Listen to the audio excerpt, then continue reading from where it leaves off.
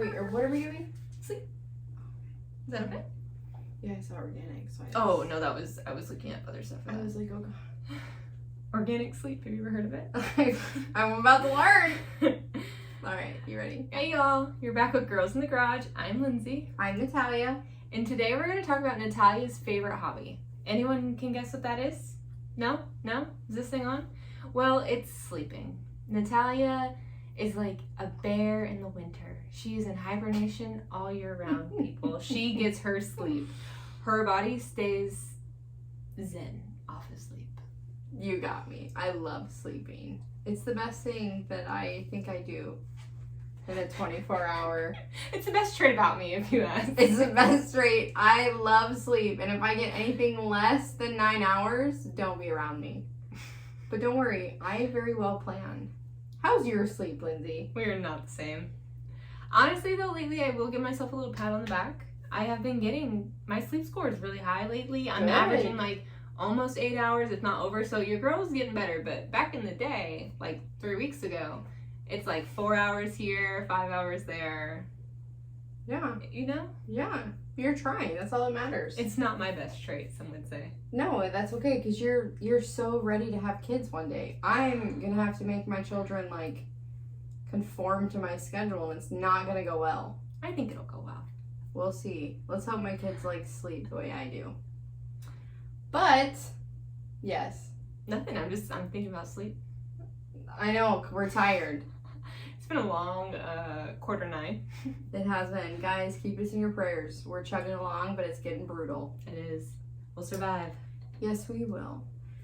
So, let's dive in a little bit deeper on sleep. We all know that it's important, but why? How much? How can you help your sleep? Yada, yada, yada. It goes on. So, you need 7 to 9 hours of sleep. That is the recommendation as per, like, every health journal out there, right? 7 to 9 hours. That should be the goal. I feel like a little more is, you know, a little more can't hurt. You know, 10, 12. I'm just kidding. Could you imagine sleeping 12 hours a day and knowing you only had 12 hours to get things done? Because there's only 24 hours in a day. I've done it before. That seems rough. You wake up feeling very good. But can't you oversleep? Yes. And then you're like tired and you're like, how am I tired? But yes. I slept 10 and a half hours and you're like, what the heck? No, that's a good point. Yeah. Like if you like sleep in, then I feel like on the weekends if I sleep in, I feel like my day goes crappier, like just because I feel like being lazy versus like making yourself get up and start doing things and movement and stuff like that. But I think there's a difference there too, because you can still lay in bed for longer and be lazy. True. That's self-care. That's a different category. True. We will talk about that another day. But yes, so 7 to 9 hours is where you should be shooting per night for sleep. Now, I ask you, Lindsay, why is sleep so important? Why is it, Nat? Let me answer that. Woo! So, sleep, Lindsay's like, you know, the psychology major, right? So she likes things oriented around the brain. So let's talk about the brain. Sleep for one. Why am I talking to my hands? Let's talk about it. Let's talk about it. Okay. Sleep is incredibly important for not only your body to rest and have a little downtime, but sleep is super important for the detoxification process that your brain uses, but also the rest of your body in cellular repair. So sleep is really big for just that purpose.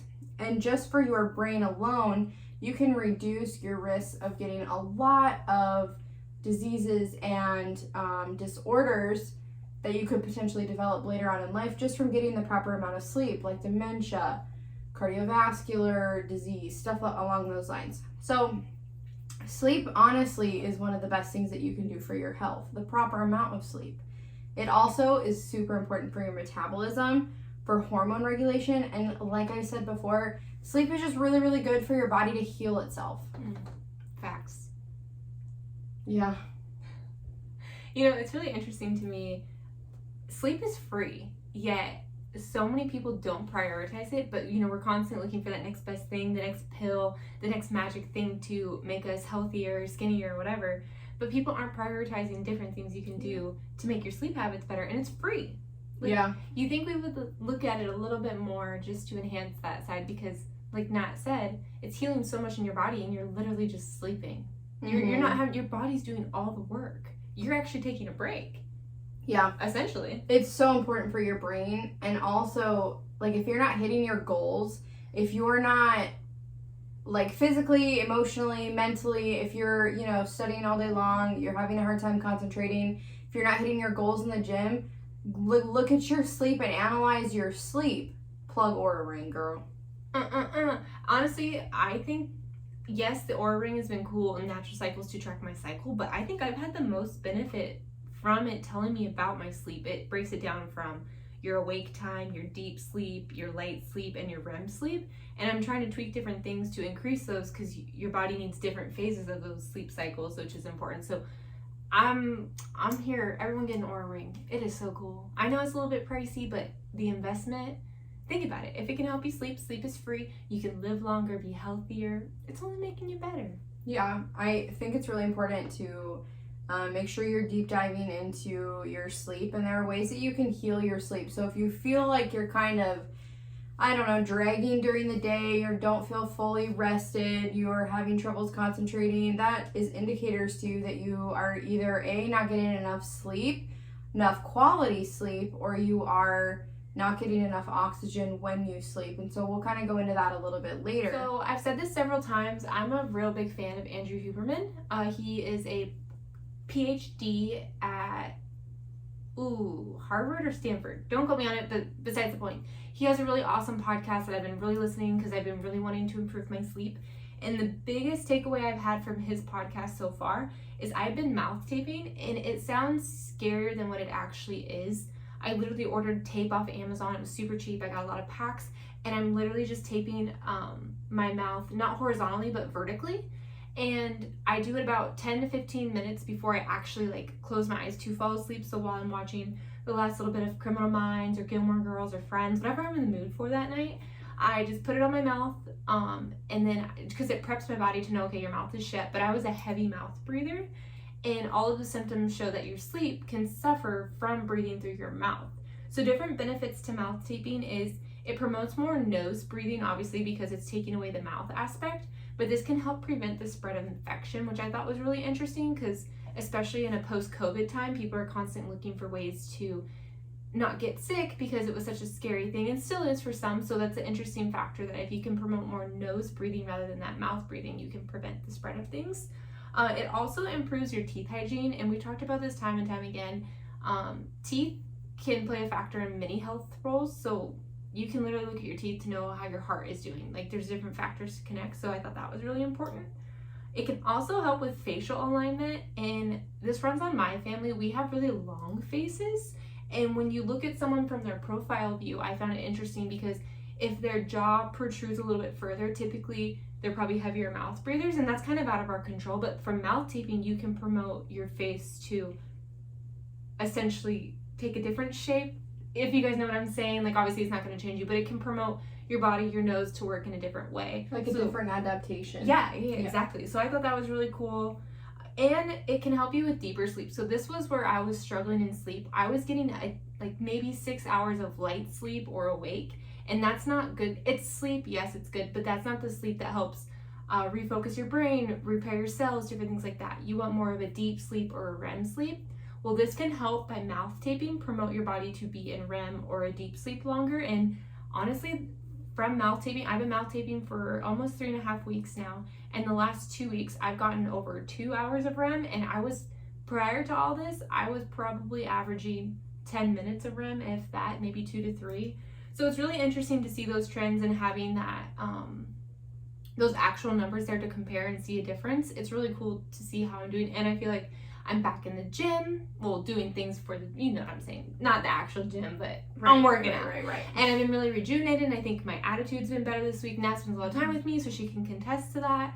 It has been. I've been trying to be more upbeat, and I just feel more rejuvenated. And I think a lot of that has to do with sleep and trying to be more mindful of my habits. And this is a really awesome way that I've noticed to help my habits. Yeah. Just to keep going off of Dr. Andrew Huberman, some of the things I've also been trying to do is I was a habitual fall asleep with the television on, and because I thought I needed that background noise. Well, that can also play a role in lack of sleep, good sleep, because your brain doesn't fully shut off because it's still kind of subconsciously hearing that. So I've been shutting off the TV before I actually close my eyes and making sure that I'm not on my phone past 9:30. He says typically 10 p.m. to 4 a.m. is like a good cutoff for screens. But I've been trying to do 9:30 and have no screen and just promote that darkness because it can promote a better sleeping environment. So yeah. I really like the mouth taping. I find it very interesting. I have plenty of tape. I don't like it enough to try it yet because it still kind of scares me, but I like having the Oura ring to have quantitative data to look at how your numbers shift, and I think that's really interesting that it helps get more deep sleep. So that's very cool. I'm glad you like that. I can share my results with you guys too. It's honestly, I think that's my favorite thing. Like, I'm so excited to wake up and see like my data sync because I feel like little steps over a long time. Like in the beginning, obviously, I didn't really see a huge change, but like just in the last 2 weeks, I've seen a slight shift. So I'm excited to prolong this and see how it continues to change. Yeah, that's really cool. That's really, really cool. So if you are trying to heal your sleep cycle, obviously implement the things that Lindsay has talked about. And then to just add on to that, if you're struggling with just like a routine in your day, right? Like you feel like you don't really have a routine, getting a routine set in stone, that can really help.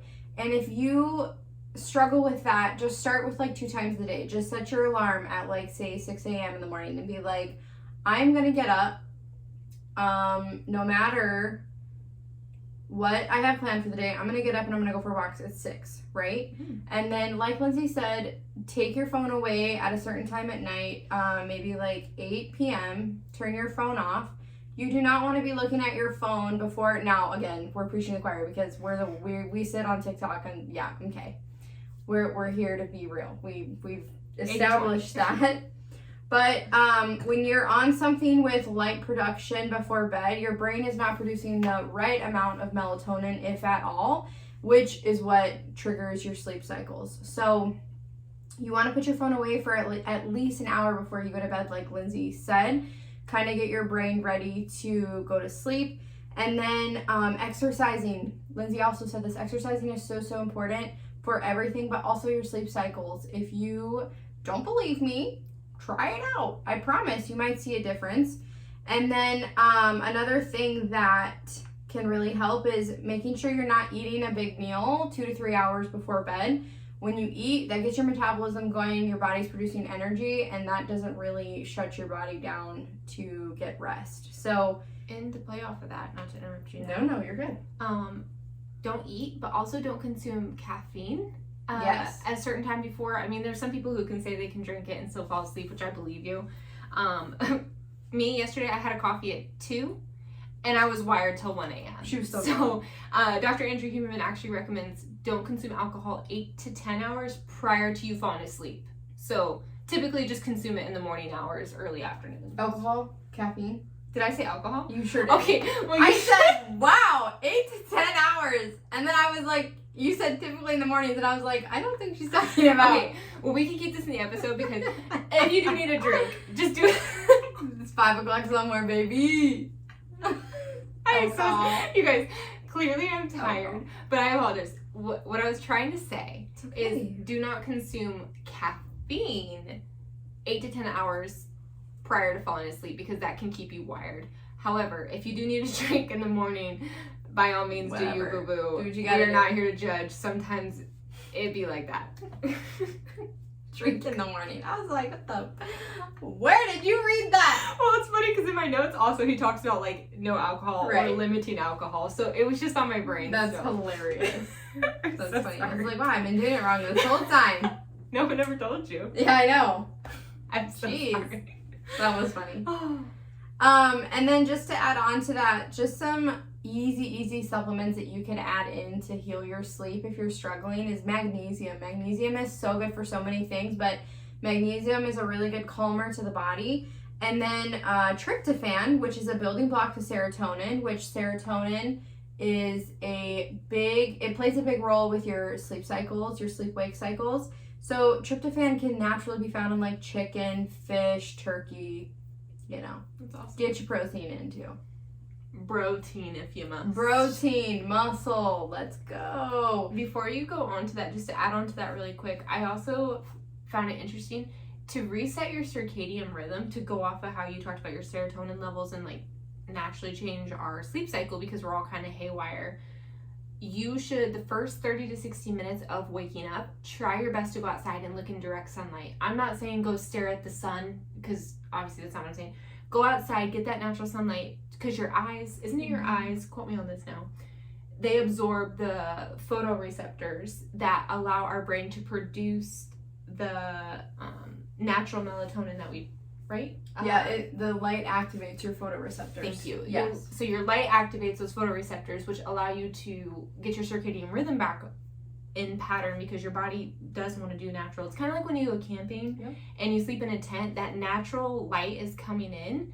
Therefore, you're ready to wake up and start your day earlier. I don't know about you, but whenever I go camping, I'm ready to start my day by like 6 a.m. and I'm not a morning person, but it just goes to show like your body wants to do the natural way of things. So get outside and get sunlight in the morning. Yeah, but I mean, like, when you're not getting enough sleep and you feel like shit all the time, it's easier said than done, but just like baby steps, just start, you know, like Lindsay said, just go outside, change up your routine a little bit, get a different routine, add in the supplementation, do meditation before bed, do stretching, yoga, quiet your brain down, like have a little bit more of a parasympathetic cue before you go to bed. We've talked about breathing patterns. Acupuncture can even help. There are so many things. I have a quote for you. You ready? Tell me. Since we're on this and I've already talked about him enough, can you tell I'm a fan? Dr. Andrew Huberman says, are you ready for this? It's complicated. I'm ready. If you're looking for the best stress relief, sleep. If you're looking for a trauma release, sleep. If you're looking for an immune booster, sleep. If you're looking for augmentation, sleep. If you're looking for an emotional stabilizer, which, hi, it's me, you need sleep. So moral of the story is sleep is so important to our body. It is. Yeah. It's very important. It's very preventative. A lot of diseases that you can develop. It's so good for your brain. So you guys, here's your chance. 7 to 9 hours. Not 6, not 5, not 3. 7 to 9. Is this thing on? Can you hear me? Ahem. For those in the back, say it louder. Say it louder. 7 to 9. No more, no less. Well, you can have more. I'm good with more. But Nat literally, listen, she will go home, take a nap. And at this point, she'll take a nap from, let's say we get out of class at 4:30. She's going to go home, take a nap at 5. She's going to sleep until 6:30. She's going to wake up to eat dinner. And then she's back in bed by 7:30. Ready to fall asleep by 7:45. I literally will plan naps in my weekends. But I feel like our brains are just constantly going all week long and we're running, especially this quarter. Yeah. So I feel like it gives me a little bit of an excuse. But even when I don't have anything going on, I still like to sleep. It's great. There's nothing wrong with that. If your body likes it and honestly, you're coherent, you're focused, you're a good student, you're a good person, sleep, baby. Thank you. You're welcome. Thank you. I will take that permission. Anything you need to add? Please, now speak. No, it's okay. I think we hit everything. Are you sure? Yeah. You have a lot of notes. You didn't talk about infection. Yeah, I did. Oh, I missed that. Sorry. No, remember with the mouth breathers? Oh. Yeah, I talked about it. So just to wrap things up, let's talk about some pros to sleeping, because if you guys haven't got the hint yet, we're trying to really promote sleep here because we need it. Yes. So if you want to be sick less often, you should sleep more. If you want to hold a healthy weight, you want to reduce stress, you want to improve your mood, you want to improve your focus. For those who are students, we have to focus. You want to be good doctors, you want to be good students in your field, focus up. If you want to be better with people, if you want to be more of a people person, get some sleep. If you want to strengthen your heart, sleep. If you want benefits to your muscles, sleep. So this is actually something really interesting that professions who they're on call, like firefighters, linemen, I can't think of who else is on call, doctors can be on call. It's really important that you are getting sleep for your muscles. So like, yes, you want to get in the gym and work, but like say you worked a shift, you need to go home and sleep, because like Nat said in the beginning, your cells are repairing, so your muscles are also repairing because they need that rest and restoration, which I think is the same thing. So I love that I just repeated myself twice. Totally fine. but it allows your muscles to build. So don't just think because you're not in the gym all the time. And if you are fatigued or tired and you feel like you need an off day, make sure you're getting sleep because your body is probably doing more for itself than being in the gym if you need that sleep. Yes. Sleep is super important, and you're not going to hit your goals. You're not going to build muscle.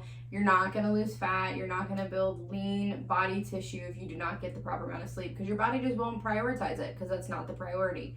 So sleep. Please take care of yourself.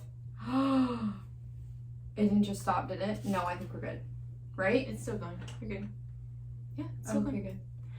So, moral of the story, I hope you snooze well tonight and moving forward. Thanks, y'all. Thank you.